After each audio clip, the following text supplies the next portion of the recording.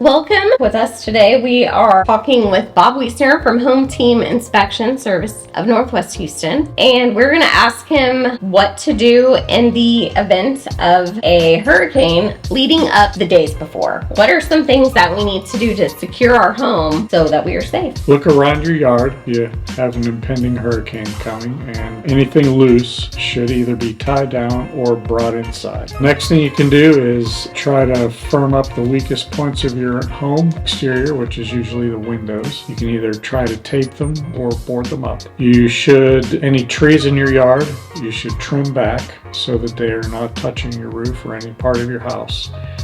Because trees, branches whipping back and forth will wear shingles. The other things you should do is look at your grade around your house. See if there's potential areas where water might pool. In a perfect grade, everything should slope away from all areas of the house, but we all know that's not the case in most houses. So there's potentials for water to pool and to build. If you ride the hurricane out, you should keep an eye on those places during the hurricane, and that will give you a good idea where to first look once you can for potential damage. Other things you could do is make sure you got at least one car filled with gas, and if possible, put in your garage so that it's out of the weather, and devise some sort of an escape plan given trees along the road could potentially block your exit. Look for ways to get out so that in case of a flash flood or anything dangerous, somebody needs some medical emergency, something like that, that you can actually get out.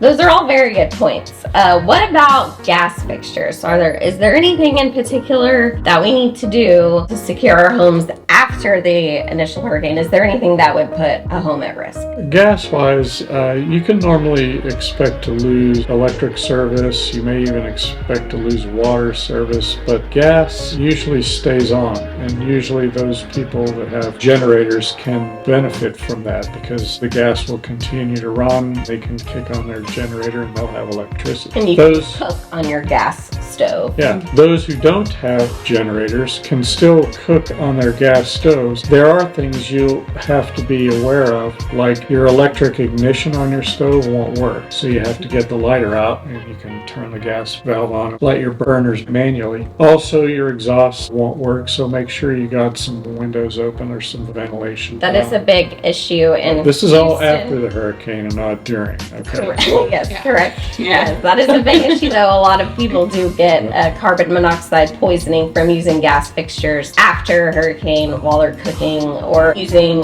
portable generators. So safety with those. If you're going to use a portable generator, make sure you have it outside and you don't have it in your garage or in your house, because carbon monoxide poisoning will build up rather quickly. And hot water heaters, you can still, if they're gas, you can use those. You would just need to... Yes, the water heater should still remain active if it's not electric. And other things to look for during a hurricane would be any type of, for instance, one issue that we had was a branch came through the top of the roof, punctured a hole, and water didn't just enter in from the doors, but actually through the ceiling, which soaked all the carpet and then the next floor down. Looking for those type of water penetration events are important. After a hurricane, what would we need to do to remedy that type of situation with the drywall, the carpet, and all that? How soon would you need to start addressing that? Well, you need to start addressing it as soon as if you're in the home and you haven't left, then you should do it as soon as you possibly can. If you had to, for some reason, leave your home, you need to wait until you can safely get back in. Either way,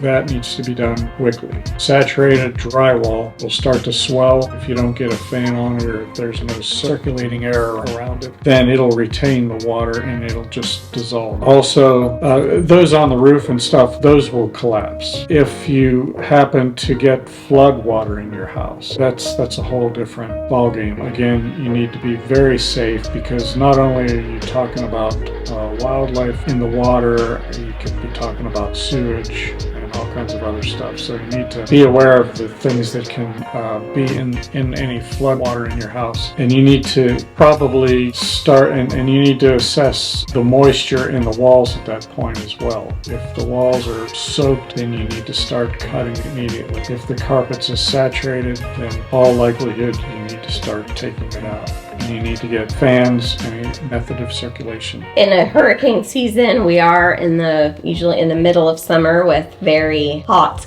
conditions and a lot of moisture, which creates mold. How soon would you expect mold to start showing up in those conditions? Within 24 to 48 hours. Oh, yes. So That's quick. So work quick. Yeah. to get that yes, stuff out. and Yeah. if the air is not circulating and water is evaporating, if water still is here, the mold will start to grow above the water line, and it can continue up into even second floors. So when you're looking at it, you find the water line and cut just above it and pull that drywall out. Is that how they usually do it? Normally, what you do is you'd either cut a water line at either 2 feet or 4 feet. Okay. Because a sheet of drywall is 4 feet Right. by 8 feet. So you'd want to try to maximize the use of when you replace it. Okay. So if the water is 6 inches, let's say, above the ground, and it's totally ruined at that point, you can just start cutting it 2 feet. Oh, perfect. What about electrical issues? If there's floodwaters in your electric boxes around the house, if it gets that high and the power comes back on, is there anything that's dangerous about that? That can be Just dangerous. leave breakers be off while you're dangerous. working around that area. All right, well, very good. Well, thank you so much for talking with us today. And if you need a home inspection, if you're a home buyer, if you have a new construction house that you need inspected, pre-existing house, and pool inspections, also mold, he's a certified mold consultant. So if you think you might have a mold problem, he does do mold testing specialty as well. Give him a call, Bob Weiser with Home Team Inspection. Thank you so much for talking with us about potential hurricane situation. Very, very well. Good. Thank you so much. One source that we want to go ahead and put a plug in for that we use just to kind of follow weather. Yes, in the Houston area are great. You can find them on Facebook, that's Twitter.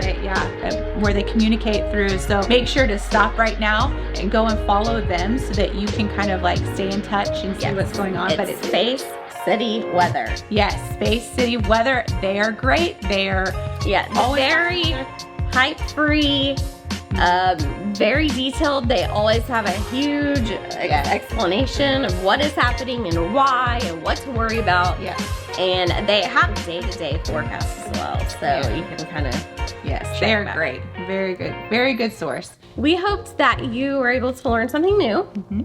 Even if you have been here your whole life or you are new to the area. I am Janet with CB&A Realtors. And I'm Tiffany with Bostic Productions. And we will see you next week on our new episode of Know the Area.